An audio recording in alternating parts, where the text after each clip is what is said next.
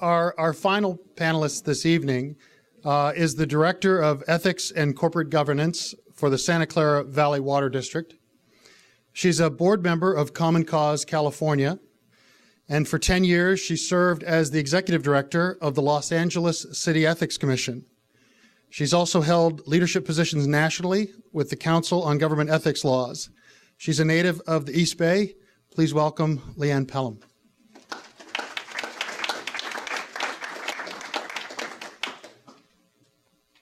Hi, good evening. I always feel compelled when I'm in a room with Bob Stern to thank him for inspiring not just people like Whitney, but myself as well, because I can beat you in terms of years. I'm much older than Whitney. It was 22 years ago that I was working in Sacramento briefly, and I took a morning to go to UC Davis to a ballot measure reform conference, and Bob Stern was a speaker. So Bob has inspired many generations of people who seem to not be able to get this kind of activity and an issue out of our blood. Indeed, he is famous. And we're his groupies. We tend to follow him everywhere. But it is a delight to be here. I am actually a native of San Leandro who somehow took a couple of wrong turns, some would say. I ended up in Los Angeles. I thought it was going to be 2 years. It ended up being 22.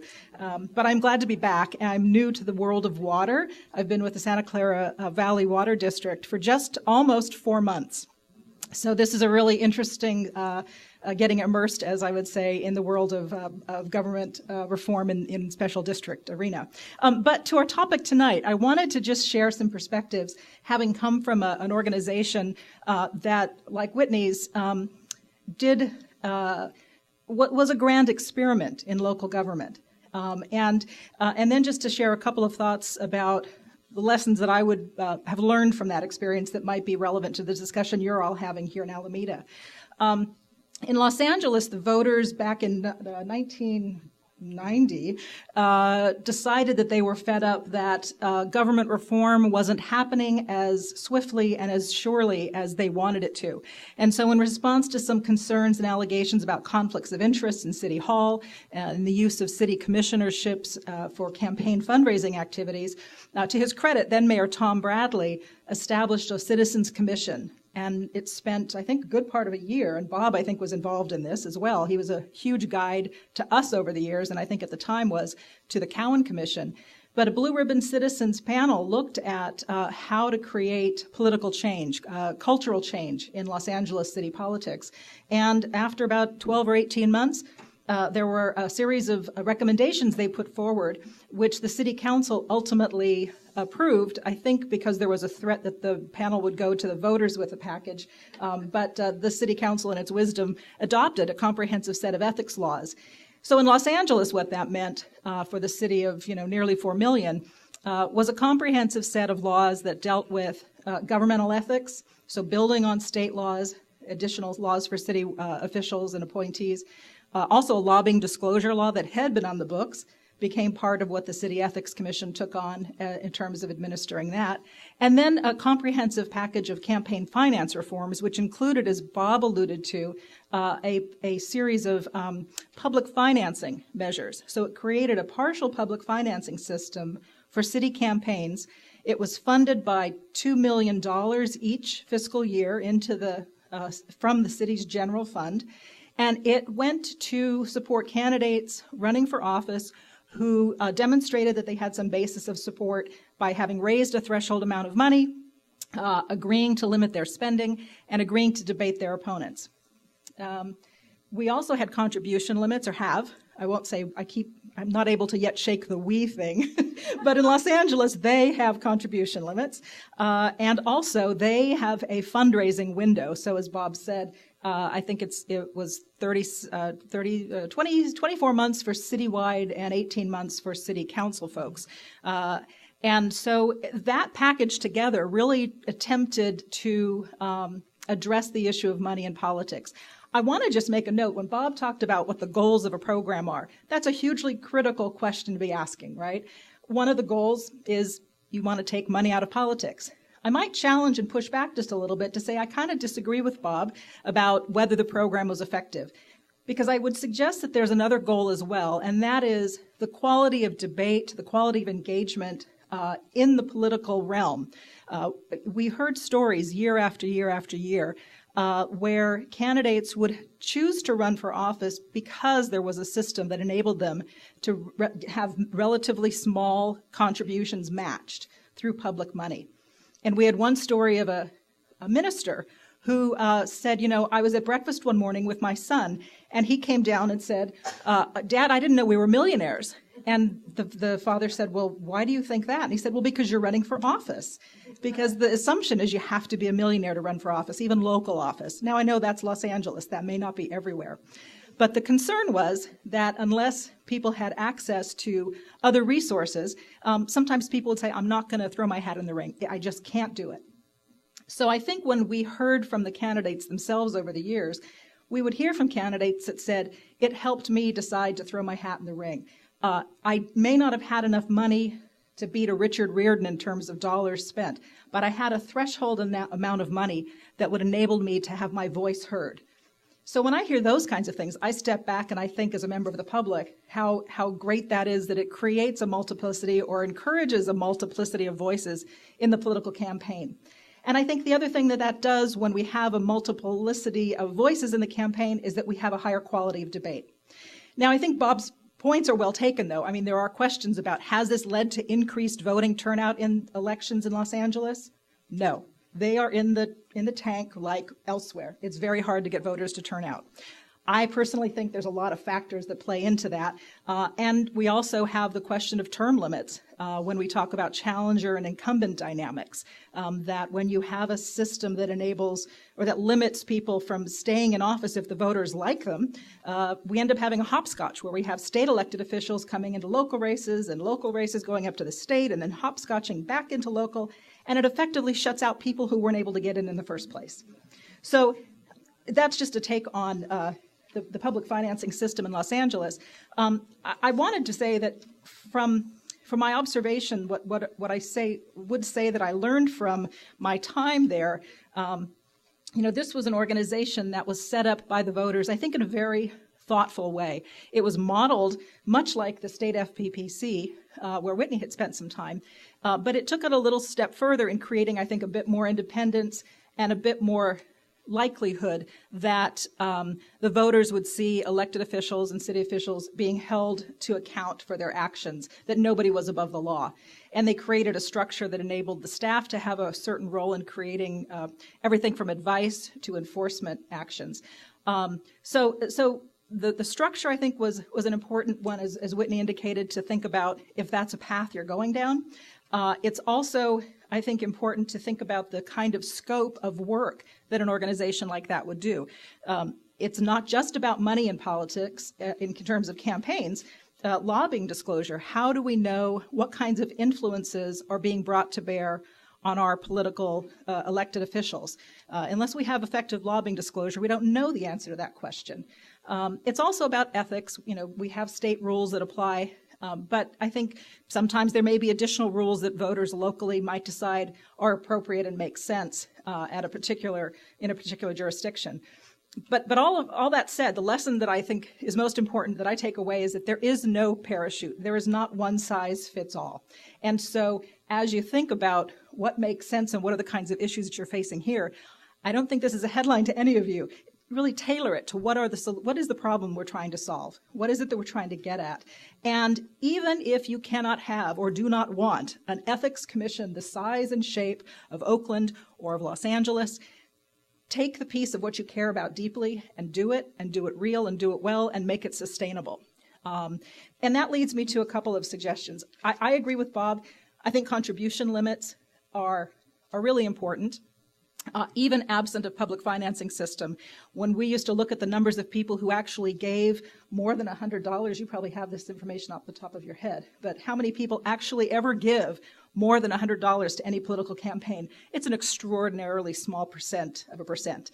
And so I think for me, there's a reality check that if we have contribution limits that are huge, it's really providing a somewhat skewed system for people who have those kinds of resources to spend on political campaigns.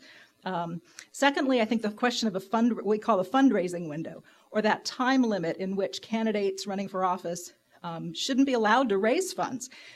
That's an ongoing debate in a lot of jurisdictions. We used to hear in Los Angeles that, and I've heard in other jurisdictions since, that the concern incumbents might often voice is that if we impose a fundraising window or a limit on when candidates can raise funds for office, we're going to be disadvantaging challengers because it's so much harder for challengers to raise funds. And I think that's certainly true. They don't have the name recognition that an incumbent might.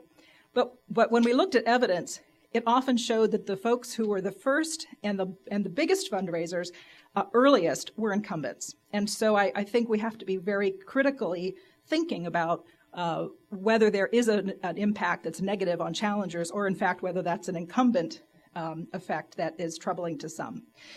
The key area I want to just leave you with some thoughts about, though, is the area of disclosure, because I think this is an area where we have an untapped gold mine here. We're in the Bay Area, we're in California.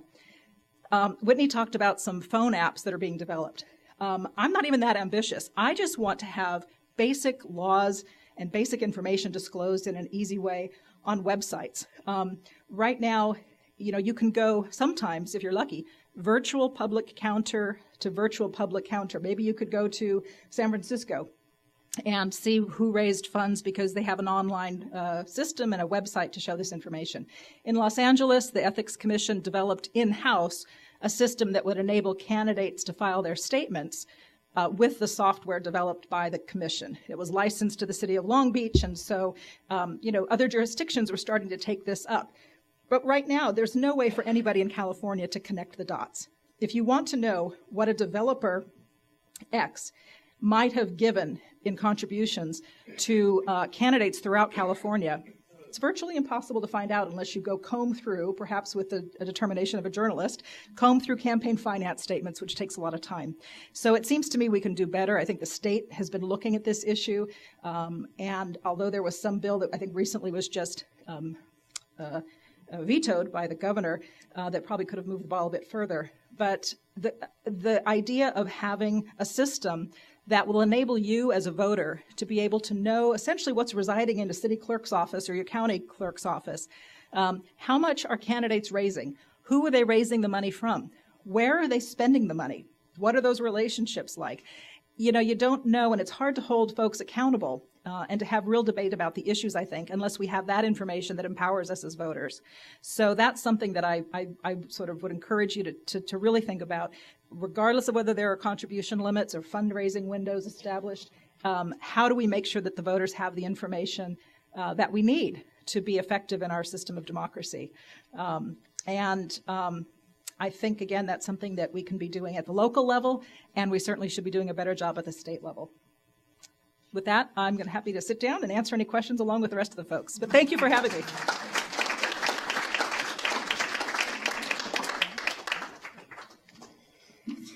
Okay, well, thank you very much. I think we definitely have a qualified panel for your questions, and we'll get started.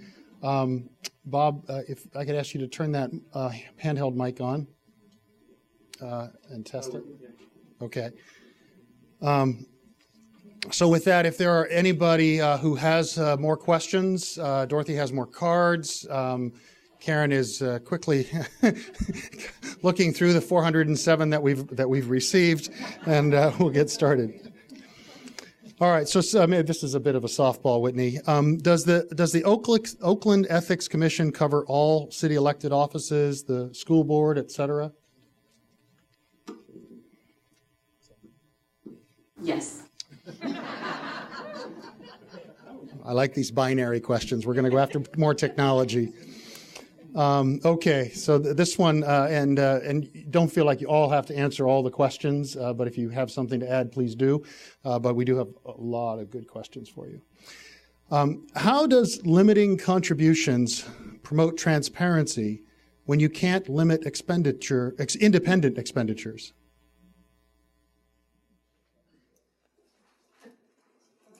Well, you have disclosure, which I think is very important, and independent expenditures are disclosed. The problem, of course, is that contribution limits, as I say, if in a competitive race, you'll have independent expenditures. And in a sense, many times you'll know where the independent expenditures are coming from. Sometimes you won't, but many times you will. And so you'll see who's pumping a lot of money into the particular race. Contribution limits, a lot of times the contribution limits you'll see lots of people giving from, say, one corporation, or lots of doctors giving, and so you sort of have to start totaling those up. And actually, the independent expenditures, if the labor union is making independent expenditures, you'll see it's the labor union making the independent expenditures, the firefighters or the police or the municipal employees making it, you'll see. The big problem that I see is this. Everything is disclosed. Sometimes it's put on the website, sometimes it's not. With ballot measure campaigns, you will see it on television, the top 3 donors, if you have a TiVo or a DVR and can stop the ad, as I do. I'm accused of oftentimes, I tape programs and I skip through the programs to see the political ads. I'm a little crazy, but then I have to stop the ad because it's in small print at the bottom of the ad. There is a bill, SB 52, sponsored by California Clean Money Committee, sponsored by Legal Voters, I think, and Common Cause, that says you have to make that much more distinctive in terms of who's supporting it. But, again, the problem is you have to take a look at that. Ideally, the best type of disclosure would be when you go to the ballot box or in a sample ballot, you would see the top 3 donors to a particular candidate. That would be true disclosure, or the top 3 independent expenditures. I'd also like to see, in terms of ballot measure campaigns, that the ballot pamphlet be changed to add a page to it for every ballot composition. On one side you see who the supporters are, on the other side you see who the opponents are. Because most people vote for ballot measures on who's supporting and opposing as opposed to reading through the ballot measure. So I think there are things we can do to make the transparency better. The disclosure is there, it's just hard to get to. I think there's going to be independent expenditures regardless of whether there's a contribution limit or an expenditure limit. I think that's going to happen because certain groups are going to want to send the message the way they want to send it. And it may not be what the candidate wants to say or the candidate's campaign wants to say. And so, and that can either be positive for the candidate or negative for the candidate.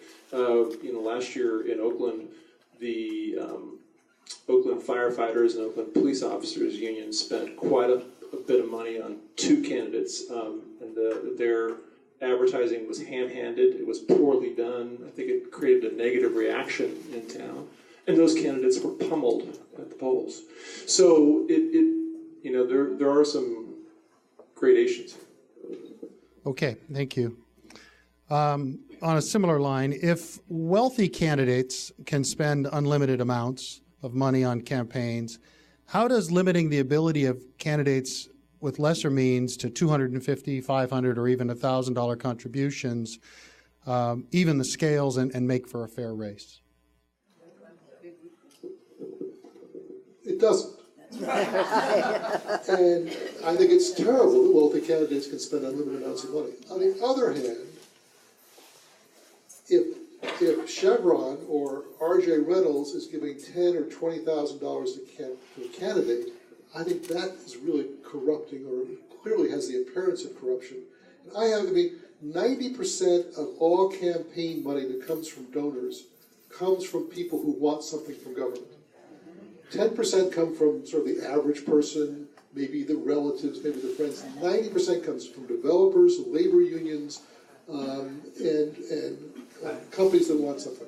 So I think contribution limits are very important, particularly in the non-competitive races, whereas if you don't have contribution limits, you will see these $10,000 contributions or $1,000 contributions coming in to the public officials just because they're voting on things and they want to have access to these officials. So I think contribution limits are important. They're obviously not fair when you're facing a wealthy candidate.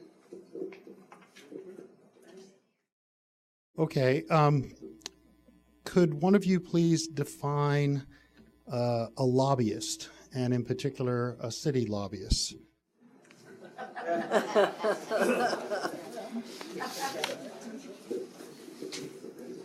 Sure. Sometimes it's defined different ways. It can be defined by somebody who is makes a certain number of contacts with legislators and at the administrative level in an attempt to influence decisions.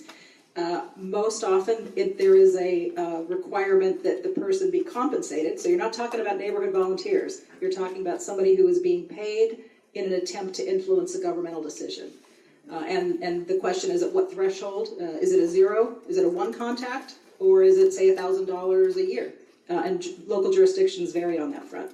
And is it at the legislative level only, or is it also within the administrative agencies? When we were drafting the Political Reform Act back in 1973, we did not want every single person who tried to influence legislation to have to register as a lobbyist. Because we said we'd be overwhelmed with all these people. We wanted the people who were doing it on a full-time basis or getting paid a lot of money to do it maybe one time. And so we said a regular substantial part of their job was lobbying. Now, at the city level, people don't usually lobby legislation. They lobby ordinances, they lobby variances, they lobby projects, and so it's a little different there. But the real question is, as Leanne said, you want to get somebody who's being paid, number one, because you don't want to get all these volunteers, and you don't want to get 5,000, 10,000 people registering as lobbyists. You want to get the people who are doing it on a major way so you get the money for it, as opposed to a lot of paperwork. Okay, thank you. On a related question, one of you spoke, or several of you spoke about dark money and nonprofits. If nonprofits continue to be political, can their IRS status be threatened? Sure. Well, first of all, they're nonprofits. And we were a 501c3. That was a charitable organization, Center for Governmental Studies. 501c3 cannot endorse, cannot make any contributions or expenditures on behalf of candidates. Now, you can spend up to 15 to 20% of your money on lobbying or on ballot measure campaigns. So actually a 501c3 can spend some money on ballot measure campaigns. But many of these organizations are 501c4s, which are just nonprofits. They're not, contributions to them are not tax, you can't get a tax deduction for them. So most of these organizations, I think, are C4s as opposed to C3s, and so actually they can spend money on all their money on politics. Now, the FPC, when I was at the FPPC, it was a long time ago, we developed something called First Bite of the Apple, and this is probably going to be changed. But we said the first time around, if you give money to a nonprofit and it gives money to a political operation or campaign, you did not have to be reported as a contributor because you didn't know that your money was going for a campaign. The second time around, however, you did know if they've already given one time, and you would have to be reported. Now that's the loophole today. Is that contributors are, if they're not told that their money is being used for campaigns, and they give a big amount of money to Sierra Club, or give a big amount of money to the ACLU, or give a big amount of money to a committee by the Koch brothers, they don't have to be disclosed if they don't know their money is could be used for political campaigns. The second time around, they do. Now, the FPPC is trying to close that, I think, by changing that, saying the first time around you may have to disclose, but what's going to happen is that may be challenged, because if I give to the Sierra Club, I won't give $100,000, but suppose I give $100,000 to Sierra Club, and they, a few months later, decide that they're going to get involved in a ballot measure campaign, and they disclose me as a contributor, I'm going to say, wait a minute, I didn't contribute to that ballot measure committee. I didn't know you were going to give it to that. Why are you disclosing me as a campaign contributor? I am not. And so there's a question of a challenge there. Now, once they give the money and I give them again, I'm on notice and I have to be reported. So that's what the debate is about in dark money. So I would also like to add that these nonprofits can be created, and change next year, or use a different nonprofit for the same purposes in the following year. So I think it could be difficult to do the two bites of the apple thing. I mean, but I see what you're saying in terms of one. So Bob, while you have that, on a related note, would you describe dark money? Does it include money from educational institutions or unions, et cetera? It could. We don't know because you don't have to disclose it. So there's honestly no way to know. I mean, when you because of the layering. So how it works now is that some organization I've never heard of. What do? I see if they're an independent expenditure committee first. So I do web searches or go to city clerk's office and look through documents and try to research that organization to see what they are. If I can't find them anywhere, then I think, oh, maybe they're a nonprofit, and then I go to this website called GuideStar, which is a open website that tracks nonprofits throughout the United States, and they keep track of all nonprofits' tax returns. They're called 990s, and so on a 990 form, which are typically 20, 25 pages long, the nonprofits have to disclose how much money they've raised total, how much money they've spent, on what kinds of programs they've spent it on. They have to list their boards of directors. They have board directors. They have to list their employees and how much they pay them. But they don't have to disclose who their donors are. And so that's the thing. We don't know. Okay. Thank you. This question is for Bob Stern. A new foundation has been set up at USC, and I'll get this name wrong, by Mr. Ben-Gruen, to reform and restructure California politics using China as a model. Jerry Brown supports it. What do you think of this new foundation? The foundation is supported by a $1 billion donation by Bergeron. Well, there's a person named Nicholas Bergeron, who is homeless because he doesn't have a home. He stays at fancy hotels. And I've met with him. I actually tried to raise money from him, obviously. And he originally was getting involved in the initiative process and was picking my brain about that. I have not heard about, based on China, I have not heard of $1 billion. But the interesting thing was he was going to put several $1 million into reforming the initiative process, and it hasn't happened. It just shows how difficult it is to change these things, because when you have a multi-millionaire as he is, willing to put a lot of money in and deciding, well, maybe it just isn't going to work, you have second thought. So maybe he's going to be changing other things. The interesting thing is I heard, I think it was Gray Davis today was talking at this conference, talking about how dysfunctional Washington, D.C. is, and how they're now looking to California for reform. Redistricting Commission, working pretty well. The top two, working pretty well. Reforming our term limits to extend the term limits. Our budget is being passed on time, unlike Congress. So start thinking that California may be leading the way as opposed to being the laughingstock of the country. All right, thank you.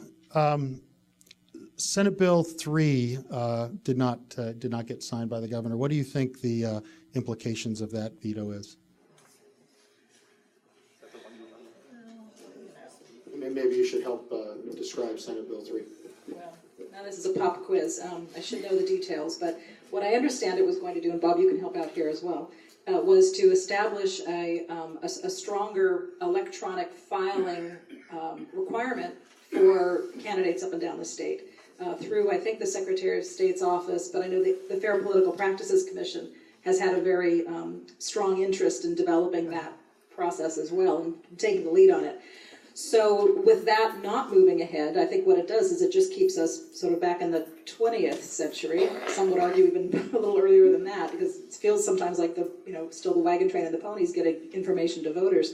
So I think it's keeping it harder for the voters to have, for all of us to have direct information at our fingertips about money and politics in the state of California. And that just doesn't make sense to me with so much other technological change that we have at our fingertips, literally. We have the world at our fingertips, and yet we still can't get effective public information about money and politics.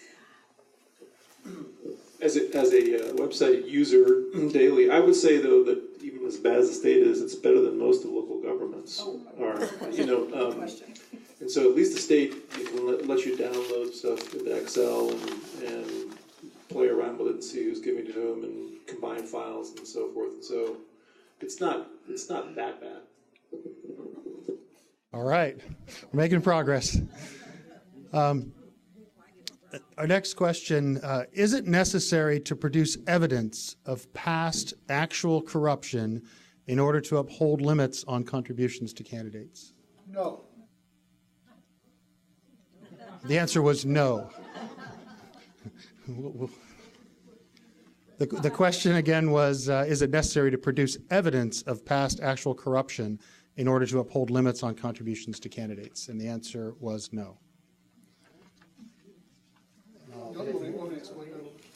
That'd be helpful.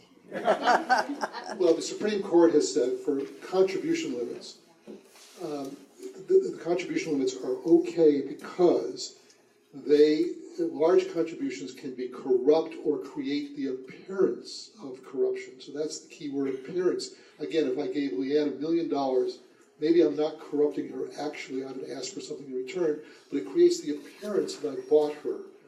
And so the court said, at least so far, the court has said that's okay as a justification for a limit on contributions under the First Amendment.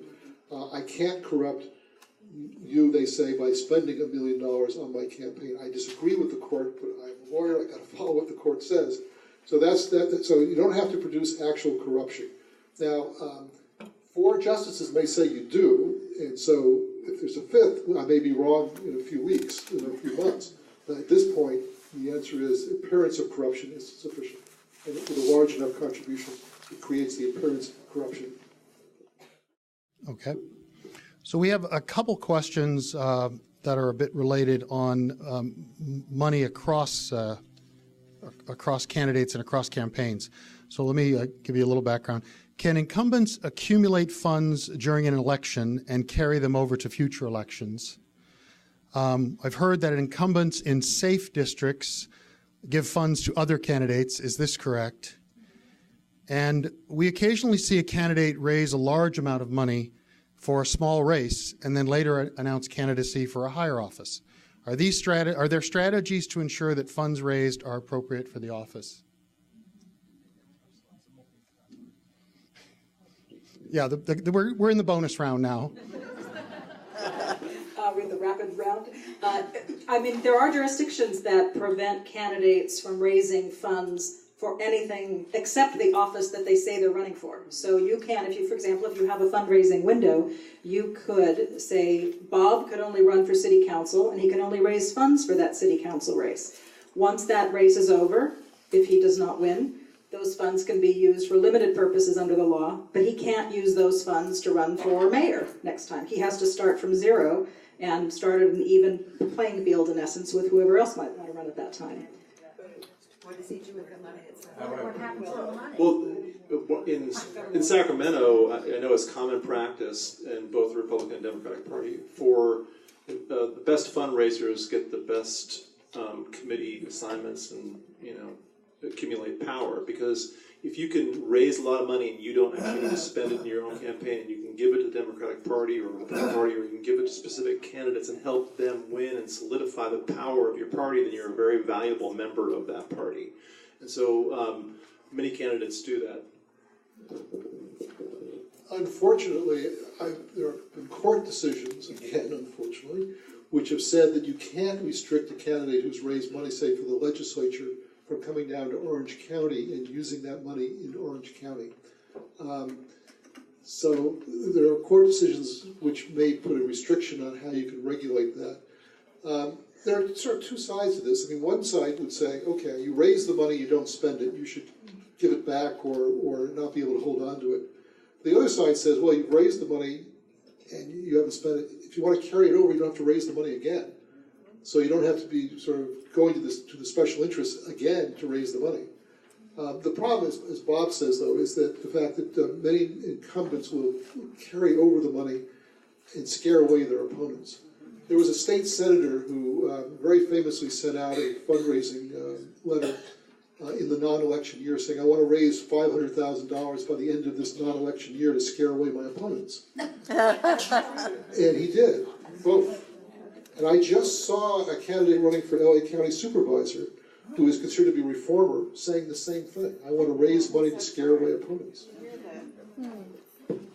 And Oakland has office holder account restrictions, and so that it restricts the use of the funds and also how much money can be raised, and they're a lot lower. The total accounts are a lot lower than, say, the voluntary expenditure ceilings.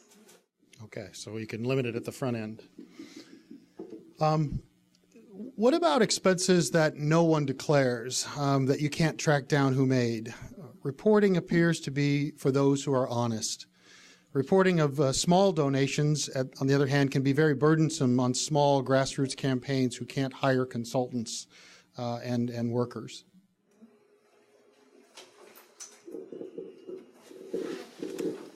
As to that last piece of the question, I think, again, I'm gonna beat the dead horse here on disclosure. When you have systems that are set up that enable candidates to file their required information online directly with the agency that's disclosing it, such as Long Beach, I think San Francisco, Oakland, Los Angeles, that information is not, it doesn't place a burden. It actually alleviates the burden for many candidates because it's arguable that you don't have to have a very expensive treasurer and fancy software to run for office. So it actually can arguably lower the burdens to running for office. And I would question the fact of large amounts of money not being disclosed. I mean, give me some specific examples where that's happened in California. And I think, I mean, just today, this $1 million settlement, it just shows that the FPPC will go after campaigns that don't disclose money. It does happen, though. In the 2012 mayor's race in Oakland, there was a candidate. Her name was Marcy Hodge, and her name was Marcy Hodge. Was a candidate for mayor, and she didn't file any campaign statements prior to the election, and didn't actually file them until January. She was earlier this year. She was fined by the FPPC for her actions. But it does happen sometimes. People just don't file, and there's no way to know where they got their money or how much they spent until after the election is over. How much did she spend? You know, she said she spent about $80,000, but I think it was a lot more than that. I don't think she disclosed everything she spent either. So a follow-up question: why only $1 million fine from the Arizona donors in 2012? Isn't the fine supposed to be 3 times the expenditure under FPPC rules?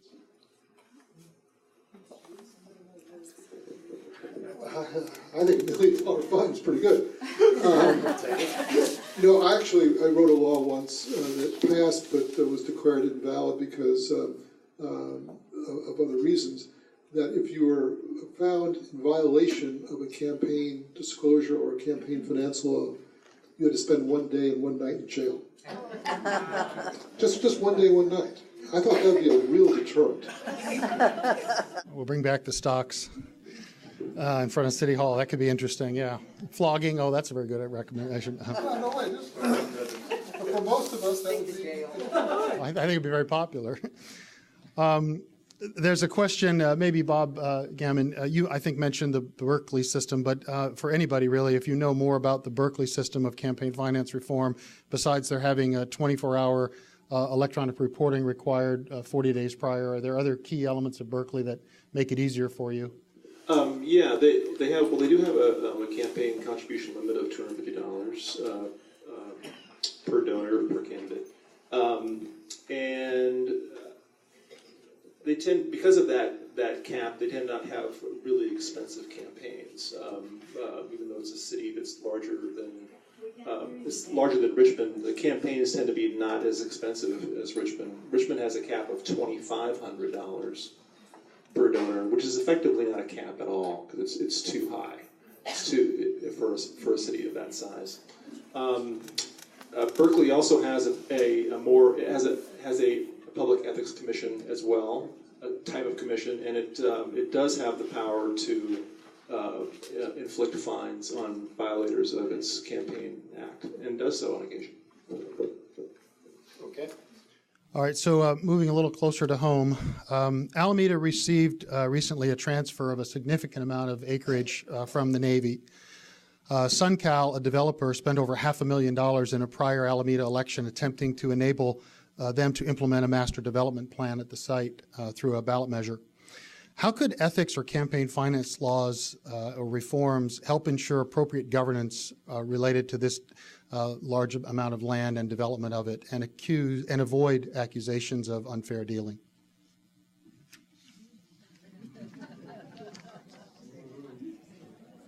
we are in the bonus round. Well, disclosure helps a lot. In that case, I think it was pretty well known in Alameda how much that SunCal was spending a lot of money and it was ending up in people's mailboxes. And so, quite frankly, I think it backfired on them. And so I think that in that case, it's not necessarily a bad thing. But again, I think disclosure goes a long way. Okay, and I think our final question that we have time for. What did I do with that? Sorry. Oh, no, I'm sorry. We have two more questions. It's been said that money, that people believe money is corrupting. It has been said that if people believe money is corrupting, it is. Since all politics involves money, does that mean all political donations are corrupting?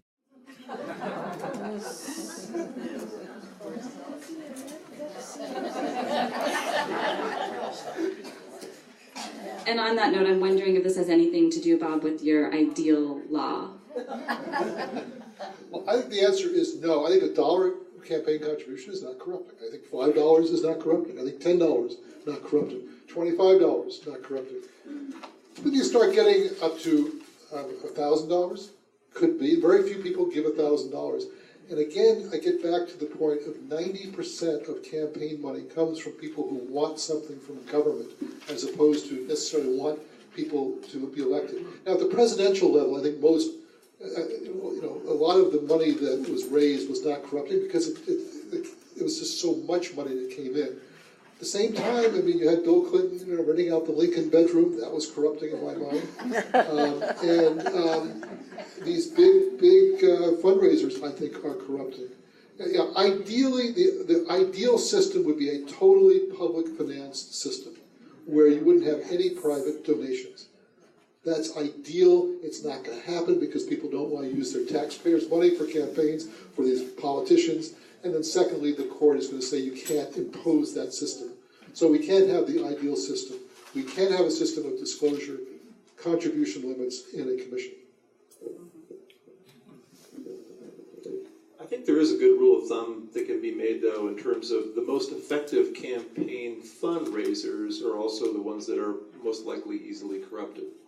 There's a correlation there.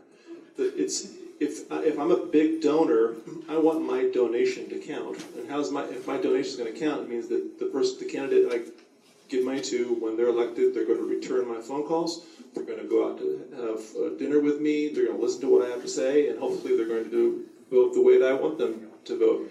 And the more times that candidates do that for donors over a period of time, the more likely that candidate is going to be a very strong fundraiser.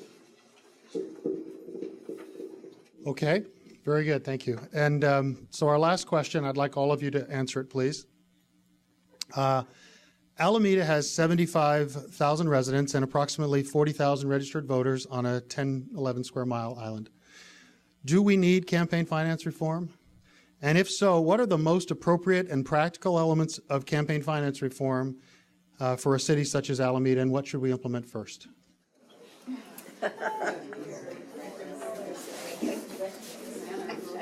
I gotta say, I'm a big fan of a fundraising window. I have no idea why people have to constantly fundraise. And again, that may or may not be happening in fact here, but I think it's a really good practice to prevent. And that with contribution limits and a smart, strong, sustainable disclosure system. I think some of the most important elements are, yes, strong disclosure, strong reporting rules, I like Berkeley's system of forcing candidates and campaigns to report within 24 hours of expenditure of $1,000 or more in the 40 days prior to an election. That's very helpful. And if you're thinking about going towards a public ethics commission, think about the needs to fund it adequately, the need also giving it the power to actually make a difference and punish those who violate it. I have an addendum, and that is if you do nothing other than a fundraising window and disclosure, at least you get the voters to have real information, and they can decide whether what they see is good, bad, or otherwise.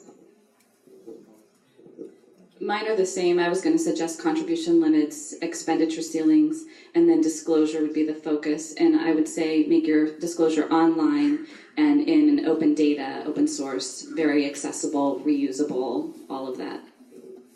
Well, I told you my ideas. Let me tell you a little story, a true story that happened to me when I was working for the Fair Political Practices Commission. The Senate leader, Dave Roberti, some of you may remember him, really good guy, called me up and said, Bob, he said, you know, what you're proposing in terms of campaign finance reform is really good. He said, I think it would really help California. But what makes you think we're going to pass this reform? He said, remember, we legislators are the victors under this terrible system of campaign financing. Under your system, we might become the victims. Why in the world would you expect us to pass something that would hurt us? And that's what I think you have to remember with all elected officials, not just state legislators, not just Congress. Anybody in office is going to resist your attempt to change the system under which they won. Unless there is a major scandal, such as Watergate, such as Tom Bradley's problem in Los Angeles, or unless you have an initiative campaign. When there was an initiative, the Political Reform Act was being circulated in 1973, the legislature that had quickly turned down all the reform bills that I had written came to me and said, we will pass the reform bills now because of this initiative being passed. And they passed a good campaign disclosure bill. They passed a pretty good ethics bill. And on the last day of the session, and Common Cause said, if you pass this third bill, we will drop the initiative campaign. The last day of the session, 2 o'clock in the morning, I go to the legislature, to the gallery, and I watch them debate the lobbying bill. And one of the older senators gets up and says, you know who has the most influence here in Sacramento? It's not the lobbyists, it's reporters. I move as an amendment to this bill that reporters be required to register as lobbyists. And guess what? His amendment passed the Senate 19-16. And the Assembly, which had to concur, refused to take up the bill. And that's why we have the Political Reform Act today. Thank you very much. That concludes our questions and answers.